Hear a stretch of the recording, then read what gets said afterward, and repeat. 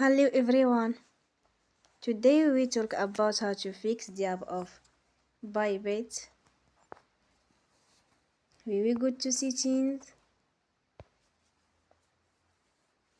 Then we click on apps. After that we search the app Bybit and then we click. Then we will on force stop. After that we go to storage. Then we click on clear cache. In the end, turn off your phone and you will restart your phone again. Don't forget to support us by like and subscribe.